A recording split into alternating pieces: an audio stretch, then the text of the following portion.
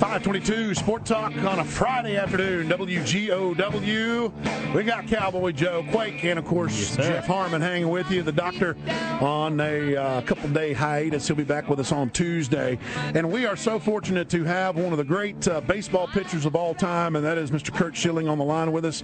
Curt, welcome to Sport Talk here in Chattanooga. How you doing this afternoon, sir? Hey, good. Are you guys bringing me on with Led Zeppelin? Yeah, baby. You like that? All right. I'm a little fired up about that. That's very cool. Excellent. All right. Now, of course, everybody knows Curt Schilling, 2001 World Series MVP, and I can go through all the records, 216 career wins, over 3,000 strikeouts. Not bad. But most recently, people are going to be knowing Curt Schilling's name by being in the news with a controversial Facebook, whatever, and then ESPN fires you. So, to me, and obviously we listened to the Dan Patrick interview with you, and you mentioned that.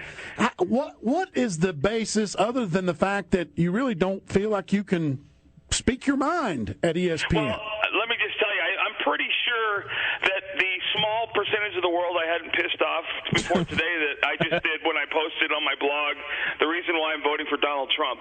So, we're all in now. We're all in. You know what? This is the world we live in now is about freedom of expression, inclusion, and tolerance, as long as you're left of center. And something to that. Yeah. So and here's the thing. I am in a position, I think, where I get that a lot of people are reluctant to speak because they work for companies, and the ESPN had every right to fire me, but you can't fire me for reasons and then lie about them, which is exactly what happened. So, but I'm in a position where I can speak, and I'm sick and tired of this. This is not the country I grew up in, and the vocal minority has shut up the rest of us, and I'm not okay with that anymore. So whatever that means, going forward, we'll deal with it. You mentioned the phrase legislation to tell us where we can pee, and that's essentially what we're having. Seriously, how did we get here? Like, less than 200 years ago, there was a civil war, hundreds of thousands of people fighting and dying over slavery. Now, honest to God, you need the government to help you use a restroom you weren't born to use. I don't know. That we're even having that conversation is embarrassing, pathetic, and sad, given the fact that we still have men and women fighting around the world and being killed. Amen. It sickens me. Amen. And so, for some reason, I think there's a segment of people that actually listen when I talk outside of my house, because I know my wife and kids don't. But and so I'm going to talk. And if you don't like it, turn the channel. So I think, Curt, and I think you'll agree with me here, because I feel the same way. Everybody's so freaking offended now. But it doesn't matter what you say, somebody's going to be offended by it. And that blows my mind. Here's the thing. I'm starting to realize people aren't getting offended because you're offending them. People are getting offended because their cause is not as big a deal to you as it is to them. I don't care where you go to the bathroom. I don't care. Why do you have to tell me? Why? If I guarantee you I've gone to the bathroom with genders before in my life, I don't care. Why? If Bruce Jenner hadn't tried to become a woman, if we didn't know about that, would the world be any different today than it was 2 years ago? No, nobody cares. I don't think so. But there's a lot of people out there that are bitter, that are sad, or pissed because you don't agree with the things they want you to agree with. So they're going to yell really, really loud and stomp their feet. You might be my hero, Curt. I mean, you might be my hero now. It'll end the day your hero, at least. ESPN, outwardly bigoted and intolerant, was a phrase you used on Dan Patrick's show. Just talk about that, because I think and especially me, I'm 48 years old. I've been in radio for 26 years, and I've always had a goal. Well, I'd love to work there at that place, but from what you read and understand nowadays, it's not maybe quite the place that it let me once be very was. clear about a couple things. Like everything else, when Donald Trump comes out and says, he wants to stop the immigration process right now because it's broken, people hear, I don't want Muslims coming in the country anymore. It's, I'm not throwing a blanket statement over ESPN. The people I work with are some of God's good people, and I love them to death, and I miss them like crazy. But two things happened here. Number one, for all the people screaming about the First Amendment, the First Amendment's fine. I was allowed to speak my piece, but the First Amendment doesn't protect you from repercussion. My employer, a extremely liberal, hard left LGBT advocate, which again, all is fine. They can be whoever they want to be. Fired me because my opinion is conservative, not because there are guys who make racist comments on a daily basis on that station on some show, whether it be Stephen A. Smith, calling Robert Griffin, not being able to get the job in Washington because he was black, and it wasn't because he was black; it was because he sucked. And then you have Tony Kornheiser telling the world that the Tea Party is like ISIS, and you have Dan Le Batard being an idiot pretty much on a daily basis. And all of those things. But here's the thing. I'm okay with all. I don't care. That's fine. But they wanted everybody to play by this set of rules, and I had to play by that set, and that was a problem. And here's the thing. It's a great place to work from like I said, the people I work with are some of the greatest people ever, and they were dear, dear friends of mine, and they will always be dear friends of mine. But when people have to you remember telling somebody in high school a secret that you wanted no one else to hear? Plenty of times, yeah. Hey, dude, don't tell anybody I really like her. That's exactly how people told me they were Republicans in the halls of ESPN. Hey, dude, I'm totally with you, but I just yeah. So it was like we had this card-carrying secret membership thing going, and an enormous portion of the people that work there are Republicans, are conservative. So, you go figure out. Here's the other thing I knew. When I came out and this all started, and I got reprimanded and suspended the first time for comparing Islamic extremists to Nazis. And my employer comes out and says, we disavow ourselves of that tweet. They basically called me a racist. They said, we don't believe what he just tweeted. And my response was, what the hell do you mean? That Islamic extremism is exactly like the Nazi ideology. Murder and kill everything because we're superior to everybody. Right. That's true. Where's the difference? Well, what happened was, and what the left loves to do, they removed the word extremist. They said I compared Muslims to Nazis. No, I didn't. Because if you remove the word extremist, that is an incredibly racist thing to say. But it was the only word in the post that mattered. Yeah. And I'm going to kill my dog at some point.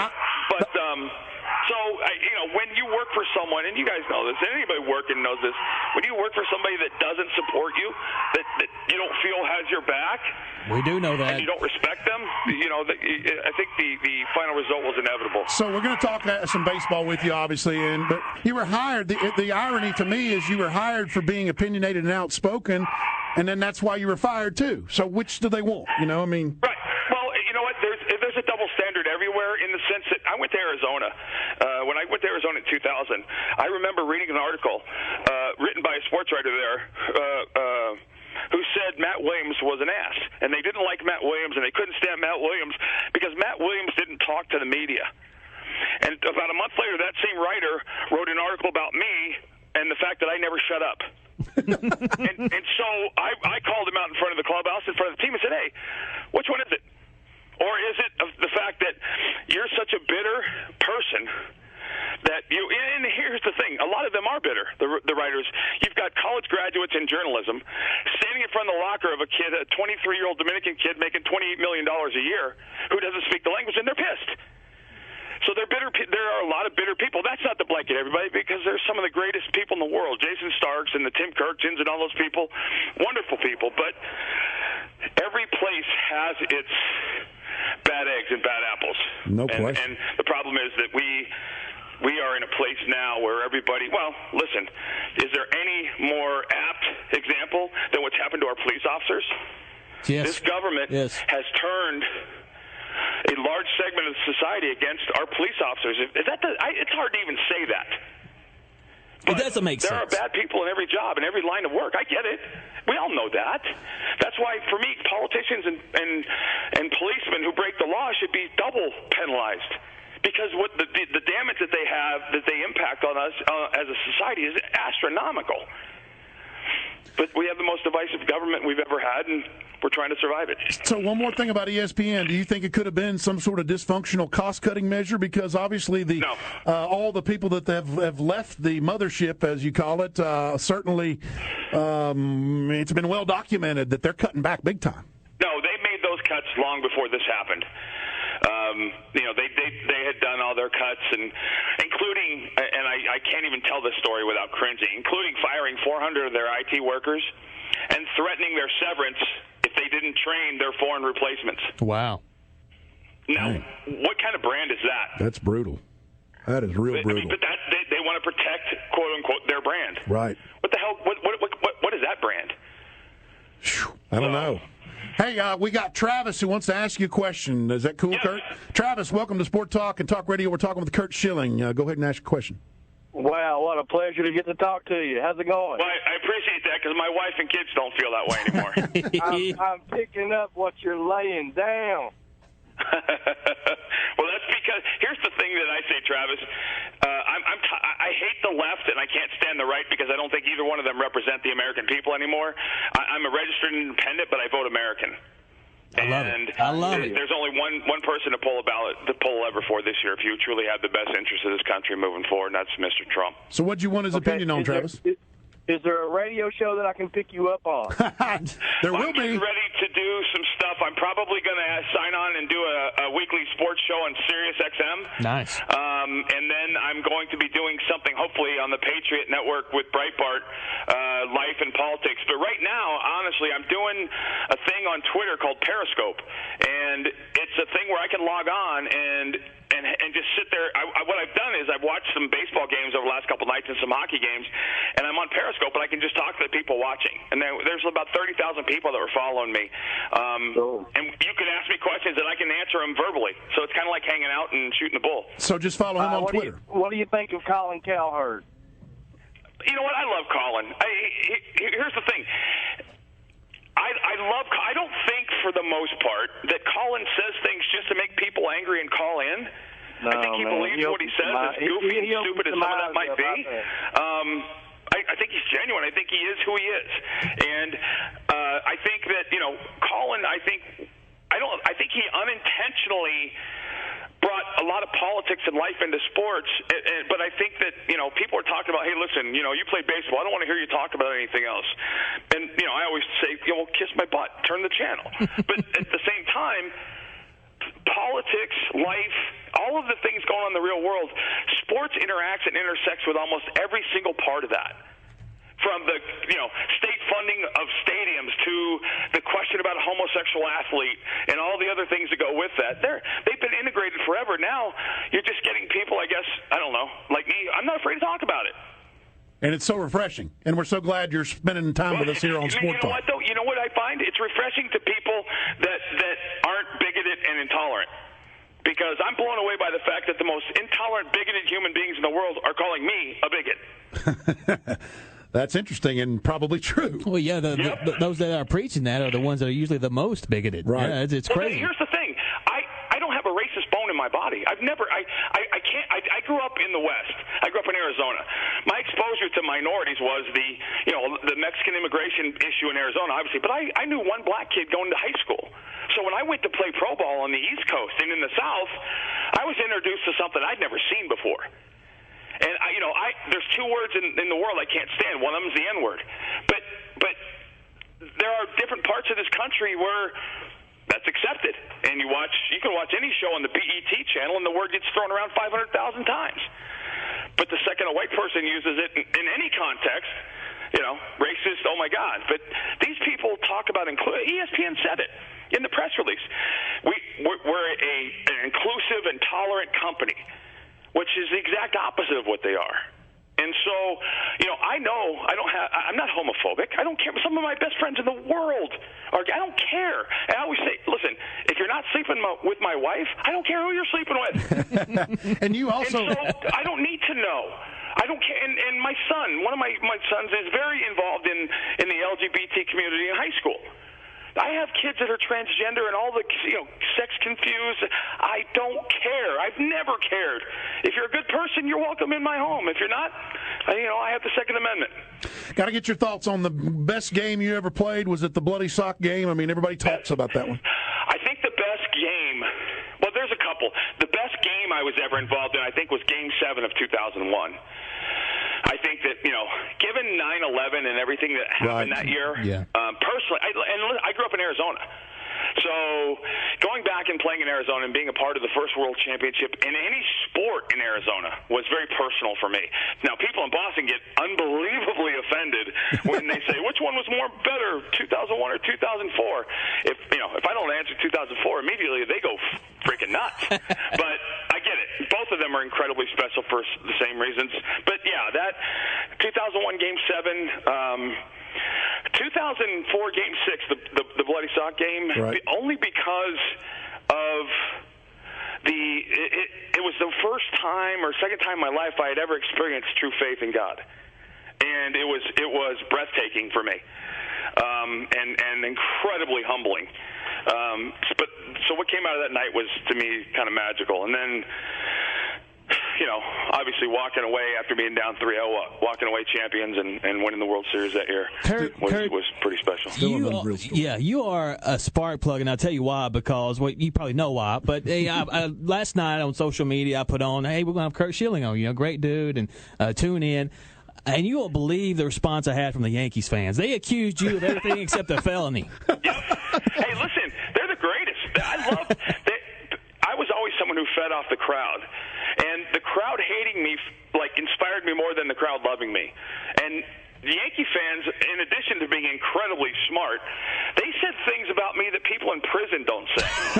and I loved it. I loved that but see, here's the thing I always held back on. My dad always told me, fans don't boo players that suck. That's true. Great point. Yes. Yankee fans don't boo. If you're not good, they don't care. They're not going to waste their time with you. The more they hate you, the better you got to feel about yourself. Yep. And so, Yankee fans, it tends to be, when I look at my Twitter and social media, anybody that goes off the rails and starts going freakish on me, all I have to do is go to their Twitter page, and I'm going to see either atheist, Yankee fan, or Democrat. So one of the three. Talk about how the Cubs this year. Everybody, expects them to be the best team out there. How good can they be? Because they seem loaded. Listen, how everybody always says, a team's not as good as it is when it's going hot and not as bad as it is when it's cold. I think they'll smash all kinds of records this year. And I said before this season, I believe the Chicago Cubs are going to be the New England Patriots of baseball for the next 10, 15 years. As long as Mr. Ricketts and the ownership group leave Theo and the baseball people to do the baseball things, they're stacked. They are stacked. Listen, they lost Kyle Schwarber. Kyle Schwarber's a 40-home run guy, was going to play left field, this and that. The only issue the Cubs have is John Lester's ability to throw to first base. I mean, that's their pressing issue. So, you were a part of breaking a curse. I mean, what would it mean to, those fans and obviously that organization to finally break that curse? Yeah, well, listen, what is Theo? They have to make a new Hall of Fame level. If Theo goes over there and does that for the Cubs after doing it for the Red Sox, yeah, that's crazy. That's 200 years worth of curses he just kind of spat on. So, you know what? Listen, it's good for baseball because it's one of the greatest towns in the world, and people, they live, eat, sleep, and breathe. And they'll probably be exactly like Boston fans. They'll be absolutely insufferable for the next 10 years if they win, which I'm all right with that. All right, final thing. Go ahead, Joe. And then just real quick, Kurt, we're looking at the rosters of some of the teams you played on, and you have played with some characters and some guys I really loved, and Mitch Williams, Darren Dalton, Dykstra, and the guys you played with were the Red Sox. Of course, Randy Johnson, another guy. Yep. Who's your top three characters that you've played with? Top three characters: Doug Mirabelli with the Red Sox. Okay. It'd be people you wouldn't really expect. Doug Mirabelli with the Red Sox. With the Phillies, I would tell you the character was the entire '93 team was full of absolute idiots. And then Brian Anderson, pitcher for the Diamondbacks. David West for the Phillies. It was always kind of the obscure guys that were always the funniest and most enjoyable to be around because they, your leaders are always people that were never the marquee guys. They were always the guys who, and you've worked with people like this, they're not afraid to say anything to anyone regardless of your salary. Those are the people that end up leading, and those guys were always they were always in that place, which made it fun. Those are always the guys I want to be around too. Yeah, you definitely want to be in the foxhole with those guys. Final thing, Kurt, and we'll let you go. Your opportunity to go to the Hall of Fame. I'm sure it would just be an incredible honor for you. When's this going to happen? Because every baseball fan I talked to said you're the poster boy for big game pitcher, and we believe you should be there. I appreciate that. And let me just say this, I'm holding my hand to God even though you can't see it. I say this with all due respect to Hall of Fame. I don't care. I've been retired for 10 years. I haven't won a game or struck anybody out in a decade, yet my vote totals change every year. And so I understand it's a human process, which means there's bias, and I didn't make a whole lot of friends in the media. And I know from conversation that there are people who don't vote for people they don't like for the Hall of Fame, not because they're not Hall of Famers, because they don't like them. So I always say, and my kid, I think the Hall of Fame, for me anyway, is recognition of others. To me, to get in the Hall of Fame, you have to be surrounded by hundreds of people, starting with your family, that are encouraging, enabling good people. And so that, to me, would be the joy for me, would be able to recognize my Little League coaches and my friends, my family. But at the end of the day, if I don't go to the Hall of Fame, I still get to keep my rings. I was still in all the games I was in. I know that my teammates, I believe, if they had the game to win and their lives depended on it, they would have wanted me to have the ball. I'm good. I'm fine. I don't need a plaque to tell me that. But and I don't want to sound like I'm diminishing what it means, because the guys that are there deserve to be there. But if it doesn't happen, the sun will come up the very next day. How are they going to handle these guys that were rumored to have PEDs? I mean, some of these guys you shouldn't even have a Hall of Fame unless you have Bonds and Clements and some of these guys. Well, yeah, I agree. I'm a guy that wouldn't put any of them in, and that's kind of a flawed theory in a sense, because I think if you look at Roger Clemens, and you believe he started cheating when I believe it, he won 190 games before that. That's not a Hall of Famer. But Barry Bonds, I think, was a Hall of Famer before he started cheating. Mm-hmm. Yeah, I agree. But now I think once you start down that path, it's kind of a dangerous place, isn't it? Because then you're asking people to be subjective or objective about things that nobody can be. It's a personal thing to the writers. I like the fact that they're weeding out a lot of the frauds. They're weeding out. Why would anybody be allowed to vote on the Hall of Fame that doesn't watch and follow baseball closely? Can't. I have no idea. That just doesn't make sense. I don't either. So, And some of these, but again, it would be an honor and a recognition, but I'll be more than okay if it doesn't happen. Well, and we go back to what you mentioned earlier ago. Some of these baseball writers are the most bitter guys, maybe because they didn't have the talent to get there. Well, but I've never seen anybody. Guys, let me give you a good example. Last year, I don't know if you remember this, but I made a comment about Democrats and John Schmaltz. I have known John Schmaltz 20 years. John Schmaltz is more right and more conservative than I've ever been, and I've always known that. And I was joking last year to somebody saying, hey, I should have been a Democrat like Schmaltz, and maybe I would have gotten in. And I was being a smartass. Right. That is still the lead story for people in some places. Curt Schilling believes his politics don't keep it. I mean, so listen, for somebody as sarcastic as I am, for somebody who says as much dumb crap as I say, the media is even, if I cared about it, it's my worst nightmare, which I don't, so I'm good. There you go. Curt Schilling, thank you so much for your time this afternoon. Sir, man. That was great. Good luck to you. I know you'll land on your feet somewhere. Gentlemen. Thank you. God bless. And to all your listeners, thanks for having me. Thank you. Thanks, Curt. Curt Schilling, there you go. All right. One of the great pitchers of all time. And like I said, if you look up big game pitcher in Webster's, there's his smiling mug right there. I think we said 30 words during that interview. And I loved it. Absolutely. Everybody hears us talk every day. We don't need that. We just let him go. That was awesome. Wow, man.